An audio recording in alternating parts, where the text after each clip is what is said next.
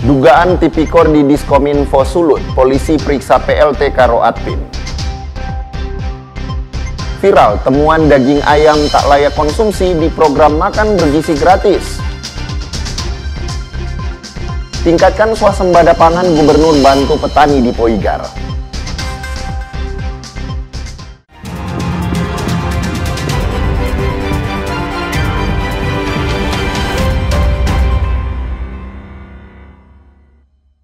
Selamat pagi saudara, apa kabar Anda hari ini? Jumpa lagi dalam program Kompas Manado Pagi, edisi Jumat 16 Mei 2025. Selain 3 berita utama tadi, Anda juga bisa menikmati sejumlah informasi menarik lainnya yang dihimpun tim redaksi Kompas TV Manado. Bersama saya Davis Pinontoan, inilah Kompas Manado Pagi. Selengkapnya hanya di Kompas TV, independen, terpercaya.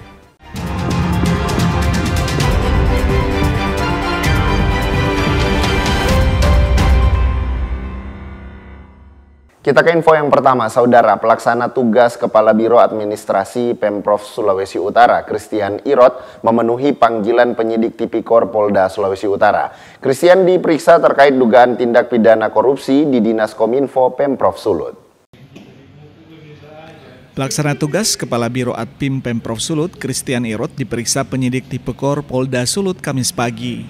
Christian Irot merupakan mantan Kepala Bidang Kominfo di Dinas Kominfo Provinsi Sulawesi Utara. Christian Irot tiba di Polda Sulut sekitar pukul 10 WITA dan langsung menuju ruang penyidik tipikor nomor 8. Christian Irot sempat keluar ruangan sekitar pukul 12.20 WITA untuk istirahat makan siang.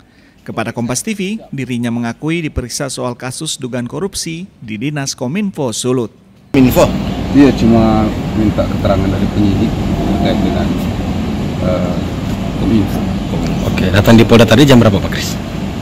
Datang tadi jam sesuai undang jam 1. Oke, siap. Oke. Ya. Sementara itu, Kabid Humas Polda Sulut ketika dikonfirmasi Kompas TV terkait pemeriksaan Christian Irot masih enggan memberikan keterangan. Terkait kasus dugaan korupsi di Dinas Kominfo Sulut ini, sebelumnya Polda Sulut telah memeriksa Kepala Dinas Kominfo Sulut, Stephen Liao. Total kerugian negara dugaan korupsi di Dinas Kominfo Sulut masih menunggu hasil audit dari Badan Pengawasan Keuangan dan Pembangunan atau BPKP. Jimmy Dapar, Kompas TV Manado, Sulawesi Utara. Saudara, salah satu tahanan Polda Sulawesi Utara bernama Alan Kolowai, 48 tahun, meninggal dunia. Keluarga mengeluh karena diduga almarhum mendapat perlakuan yang tidak manusiawi oleh penyidik kepolisian. Almarhum Alan Kolowai meninggal dunia di Rumah Sakit Kando pada 14 Mei 2025, sekitar pukul 19 WITA malam karena sakit. Almarhum merupakan tersangka kasus dugaan pemalsuan surat ahli waris yang ditahan Direktorat Reserse Kriminal Umum di ruang tahanan Polda Sulut sejak 25 Maret 2025. Mewakili keluarga yakni kakak korban Rein Rompis mengatakan adanya dugaan tindakan yang tidak manusiawi oleh pihak penyidik Polda Sulut selama almarhum Alan Kolowai ditahan. Rein Rompis juga bilang pada tanggal 26 Maret 2025 sudah ada permintaan dari keluarga untuk penangguhan penahanan karena almarhum sakit, namun belum juga diizinkan oleh pihak Polda Sulut. Sampai pada tanggal 8 Mei 2025, akhirnya almarhum diizinkan untuk dibawa pihak keluarga ke Rumah Sakit Kando karena kondisinya sudah makin parah. Almarhum pun dirawat di rumah sakit sampai meninggal dunia. Tapi pada tanggal 24 malam itu sesudah kami korban pulang dari berobat, korban di rumah sudah dijaga dan itu mereka matikan lampu sampai pagi. Nah, pagi harinya saya tidak tahu karena saya berada di rumah sakit, rumah didobrak dan mereka membawa korban beserta ibu ke tahanan Polda. Siapa yang menjaga itu Polda? Polisi. Okay. Jadi dalam keadaan seperti ini, itulah dia ditahan oleh penyidik Polda dalam keadaan sakit dan dibawa ke rumah tahanan Polda. Itu tidak manusiawi dan tidak punya hati nurani karena sudah berulang kali kami meminta untuk supaya saudara kami ini Alan dan mertua kami yang sementara juga ditahan, umur 73 tahun, Ibu Yulin Lince Johannes. Sekarang masih berada di rutan Masih Polda? di rumah tahanan dan dalam keadaan sakit. Jadi Ibu Lince Johannes juga kan pasien kronik. Nah, jadi umur 73 tahun. Nah, jadi waktu itu kami meminta penangguhan, tetapi sampai almarhum saudara Alan tidak pernah ditangguhkan. Sementara itu, Kabid Humas Polda Sulut, AKBP Alamsyah Hasibuan menampik tuduhan perlakuan tidak manusiawi yang dilakukan penyidik.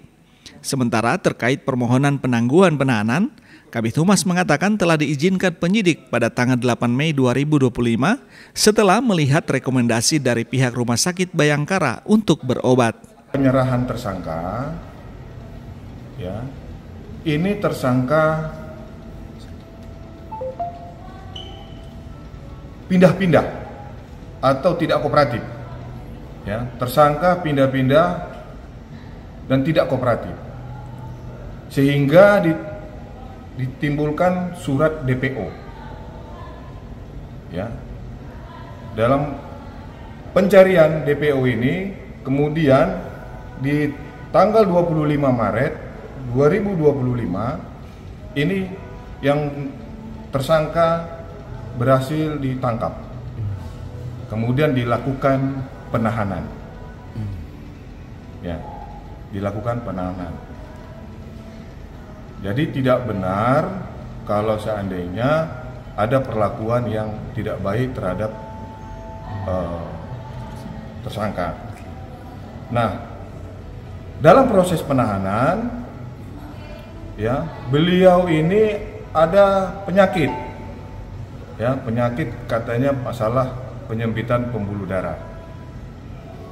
Kemudian ada keluhan, dilakukan pemeriksaan dari dokter kita, kemudian dirujuk ke Rumah Sakit Bayangkara. Dari Rumah Sakit Bayangkara memberikan rekomendasi, ya, untuk berobat. Nah, dari keluarga atau pengacara itu mengajukan penangguhan penahanan, ya, dan tersangka ditangguhkan tanggal 8 Mei 2025, ya. Setelah ditangguhkan, korban dalam keadaan sehat, ya, dalam keadaan baik, pulang ke rumah. Nah, kita dapat kabar bahwasannya di tanggal 14 Mei atau 15 Mei hari ini, ya, itu tersangka meninggal dunia. Atas kejadian ini, pihak keluarga telah mendatangi Mapolda Sulut pada Kamis siang untuk melaporkan atas dugaan tindakan yang tidak manusiawi dan dugaan kelalaian yang dilakukan penyidik di Treskrimum Polda Sulut. Aldi Pascual, Kompas TV Manado, Sulawesi Utara. Informasi lainnya, saudara, untuk melengkapi berkas perkara kasus dugaan tindak pidana korupsi dana hibah Pemprov Sulut ke Sinode Gemim yang merugikan negara miliaran rupiah, penyidik kembali memeriksa tersangka Hein Arina pada Rabu siang. Rabu pagi hingga siang terpantau Hein Arina, tersangka kasus dana hibah Gemim, dipanggil menghadap penyidik di ruang Subdit Tipikor Polda Sulut. Hein Arina dipanggil untuk dimintai keterangan tambahan demi melengkapi berkas perkara kasus dana hibah Pemprov Sulut ke Sinode Gemim.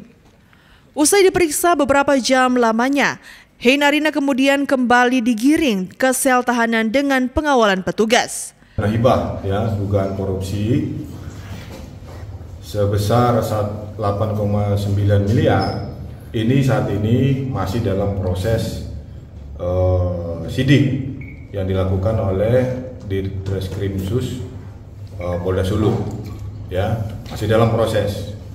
Informasi yang kita terima bahwasanya dalam waktu dekat akan dilimpahkan tahap 1, ya, dalam waktu dekat akan ditimpahkan tahap 1. Ya, ini proses terkait dengan masalah Gemim. dana hibah ya. Ya kita ikuti terkait dengan ada tersangka baru, kita ikuti prosesnya ya.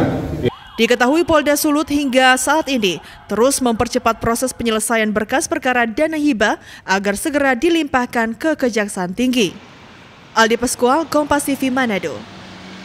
Informasi berikutnya, Saudara, Polsek kawasan Bandara Samratulangi Manado berhasil mengamankan 3 pemuda yang diduga korban tindak pidana perdagangan orang atau TPPO dengan tujuan Kamboja. Polsek kawasan Bandara Samratulangi Manado kembali menggagalkan pemberangkatan 3 warga Sulawesi Utara yang diduga menjadi korban tindak pidana perdagangan orang atau TPPO ke Kamboja. Dari keterangan polisi, kedua orang ini rencananya akan dipekerjakan secara ilegal sebagai scammer judi online. Keberhasilan mengungkap kasus TPPO ini merupakan hasil koordinasi pihak terkait, termasuk imigrasi dan pihak bandara. Kalau untuk jenis pekerjaannya, ya mereka tetap seperti biasanya di judi online atau scammer. Hanya saja masalah pengamancaman tadi, interogasi awal dari mereka. Jadi pada awalnya setelah mereka setuju untuk berangkat, kemudian dikirimkan kode booking, tiket dari sana, memang pembeliannya dari sana. Sesaat setelah itu mereka berubah pikiran karena sudah melihat di media sosial segala macam banyak warga kita yang susah untuk pulang, bahkan mungkin ada yang mereka lihat meninggal. Mereka berubah pikiran sampai mengatakan, kan mereka dikumpulkan dalam satu grup WA itu yang mau berangkat, ada nama grupnya. Jadi dia bilang, salah satu bilang, saya enggak jadi berangkat nih, dengan alasan segala macam. Nah dari situlah muncul WA pribadi dari sana, dari agennya, mengatakan kamu harus berangkat, kalau tidak berangkat kalian akan kena denda, harus membayar denda kerugian kami 50-60 juta. Usai digagalkan polisi, 3 pemuda mengaku mendapat ancaman dari pihak perusahaannya yang berada di Kamboja. Mereka diancam untuk mengganti rugi 50 hingga 60 juta jika tidak berangkat. Asli orang mana? Manado. Oh, Manado. Kenapa akhirnya memilih untuk ke Kamboja? Karena teriming-iming dengan gaji yang besar, Pak. Teriming-iming gaji besar. Gaji berapa di iming waktu itu? Sama, Pak, seperti teman saya. Berapa? Sama seperti teman saya yang sebutkan tadi. Itu ada lulusan apa? Mahasiswa atau lulusan SMA? SMK, Pak. Pasan ini karena mendua. Atau ada ancaman dari perusahaan kalau mau nindak pergi, mau didenda? Bicara jujur. Ada. Itu. Perusahaan mengancam bagaimana? Ancam bagaimana? Kalau nak jadi pergi mau denda 5-60 juta, Pak. Berapa? 5-60 juta. Aparat keamanan menghimbau kepada orang tua agar selalu mengawasi aktivitas anak agar hal-hal yang tidak diinginkan bisa dihindari. Jimmy Dapar, Kompas TV Manado, Sulawesi Utara. Informasi temuan daging ayam tak layak konsumsi di program makan bergizi gratis di SD Pandu Manado akan hadir usai jeda berikut ini. Tetaplah bersama kami.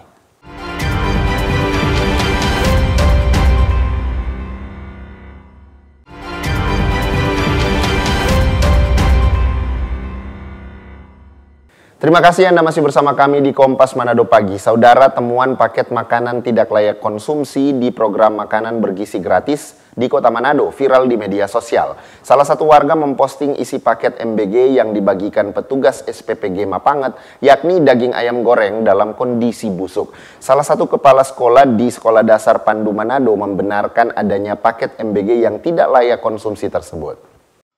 Pemberian makanan.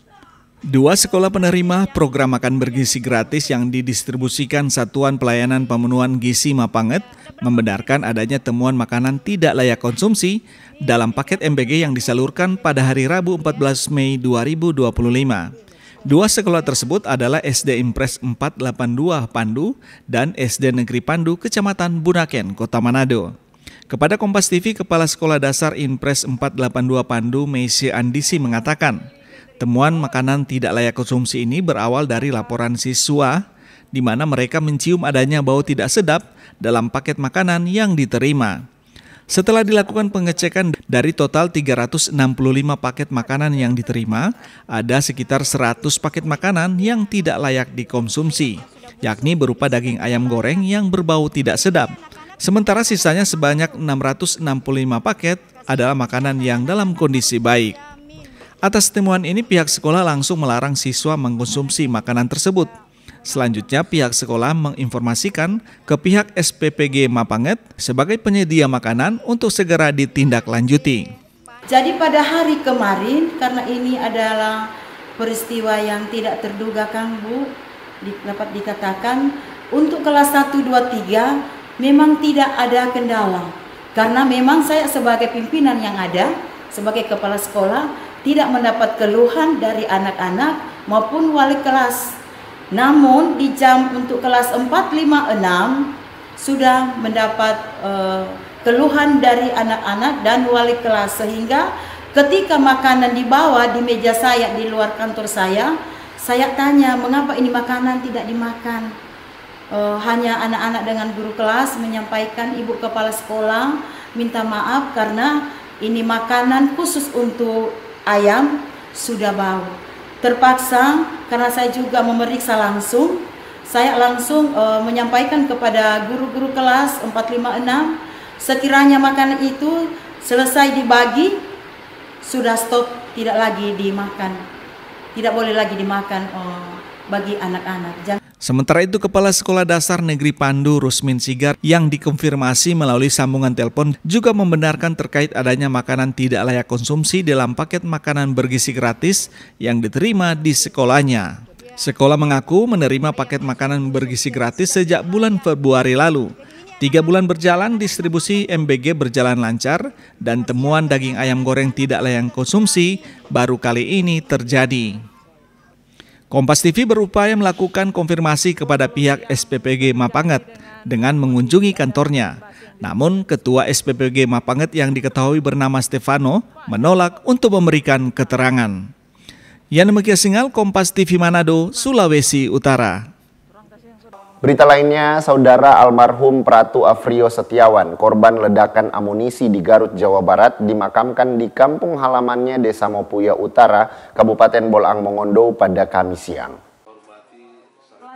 Prosesi pemakaman almarhum Pratu Afrio Setiawan diawali dengan ibadah pemakaman di rumah duka orang tua almarhum. Kemudian upacara secara militer oleh anggota TNI Kodim 1303 Bolang Mongondo serta Paldam 13 Merdeka sebagai bentuk penghormatan terakhir yang dipimpin oleh Kasilo Korem 131 Santiago. Acara pemakaman dihadiri Bupati Bolang Mongondo Yusra Al-Absi.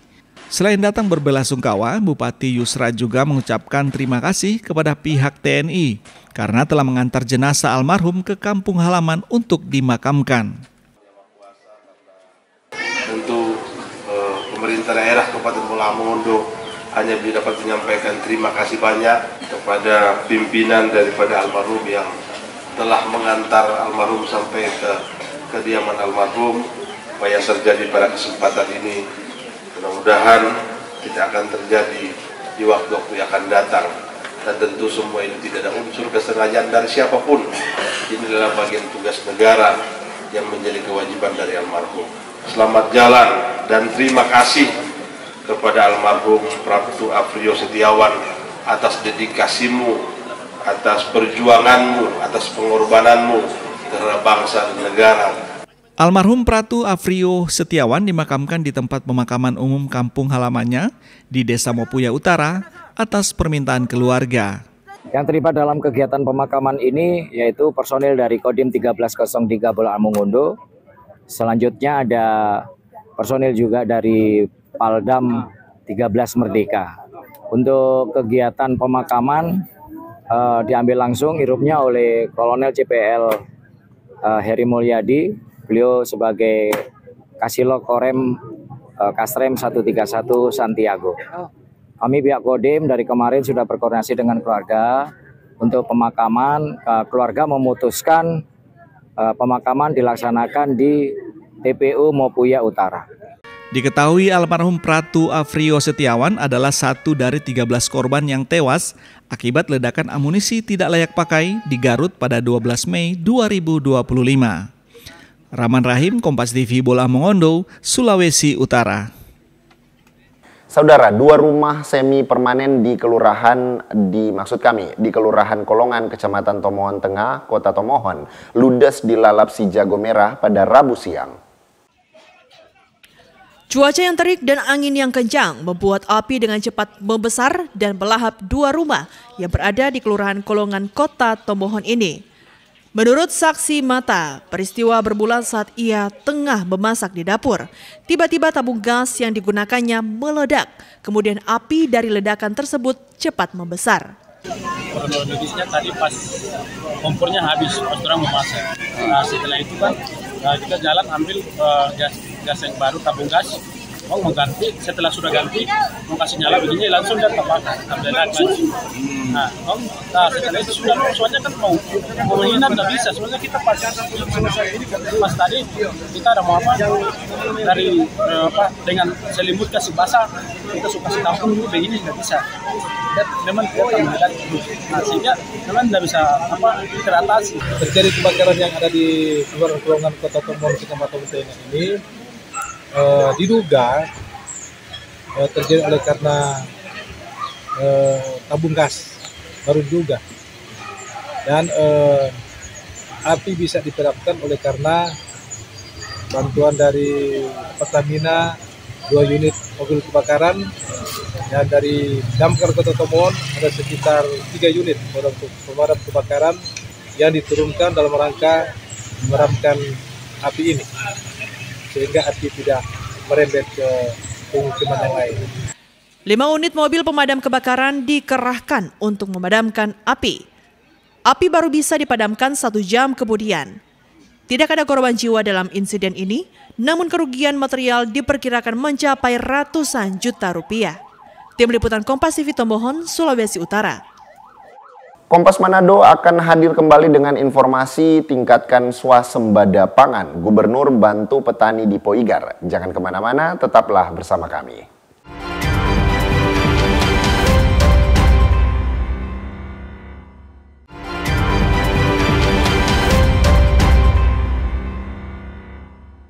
Terima kasih Anda masih bersama kami di Kompas Manado Pagi. Saudara, anggota DPD RI Perwakilan Sulawesi Utara, Stefanus Banliau, menggelar sosialisasi 4 pilar MPR RI. Sosialisasi dengan tujuan meningkatkan kesadaran berbangsa dan bernegara ini menggandeng pekerja media di Manado. Puluhan pekerja media atau jurnalis dari berbagai platform media mengikuti sosialisasi 4 pilar MPR RI di kantor DPD RI Perwakilan Sulut, Tikala, Manado. Antusias para jurnalis sangat terlihat dengan banyaknya pekerja media yang hadir di sosialisasi 4 pilar kali ini.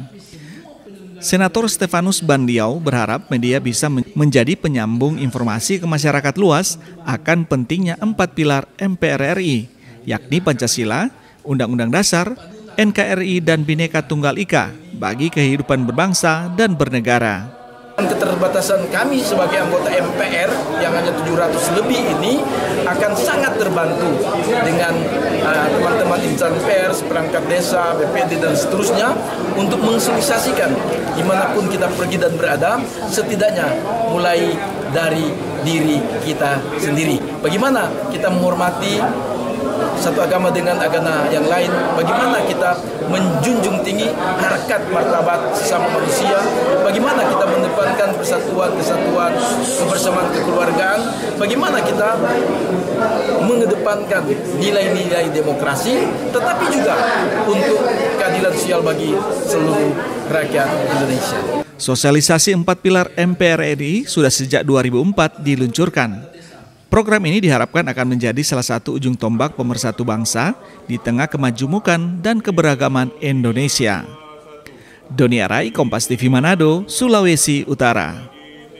Berita lainnya, Saudara, Gubernur Sulawesi Utara Julius Selvanus menyerahkan bantuan kepada petani di Desa Wineru, Kecamatan Poigar, Kabupaten Bolaang Mongondo. Bantuan yang diberikan diharapkan bisa meningkatkan kesejahteraan petani setempat.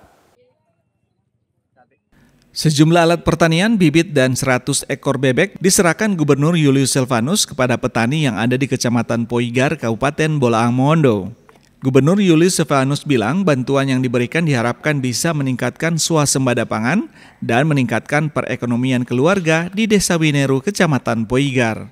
Di kesempatan kunjungan ini, Gubernur sempat berdialog langsung dengan para petani dan memberikan bantuan kursi roda kepada lansia di desa tersebut.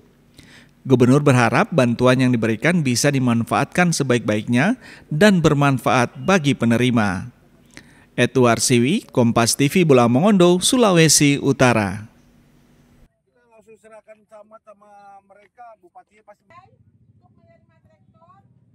Sementara itu, saudara, petani cabai keriting di Kota Manado, Sulawesi Utara, tengah menikmati harga yang menggembirakan. Memasuki masa panen, harga jual cabai keriting di tingkat petani saat ini yakni Rp60.000 per kilogram.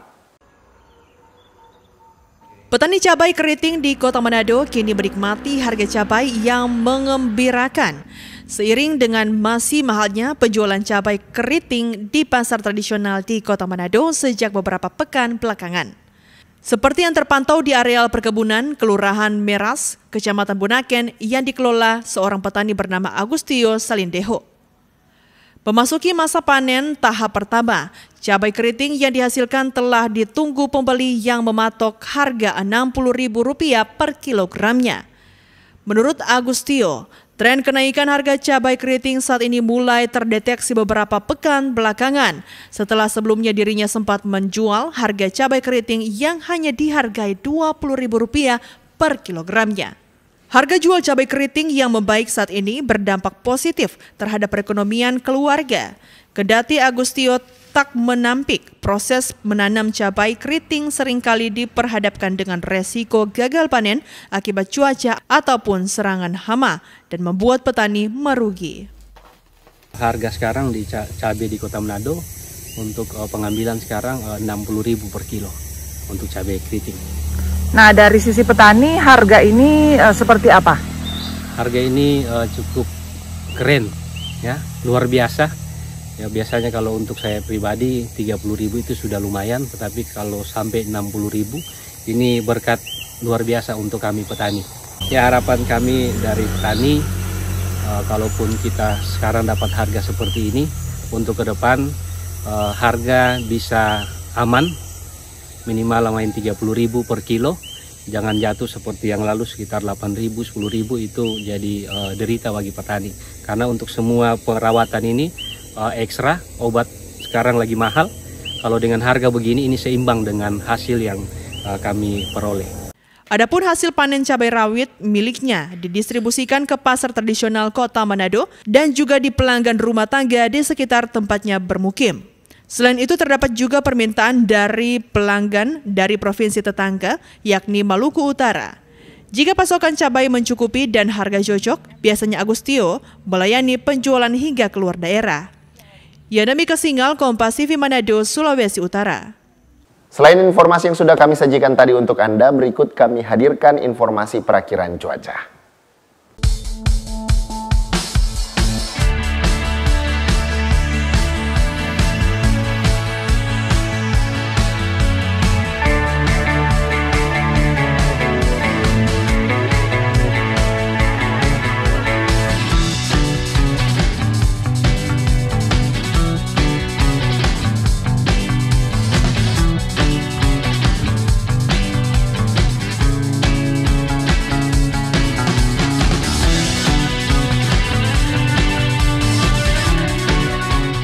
Informasi tadi menutup jumpa kita dalam Kompas Manado Pagi. Saya, Devis Pinantoan, pamit undur diri. Tetap saksikan rangkaian program berita di Kompas TV, independen, terpercaya.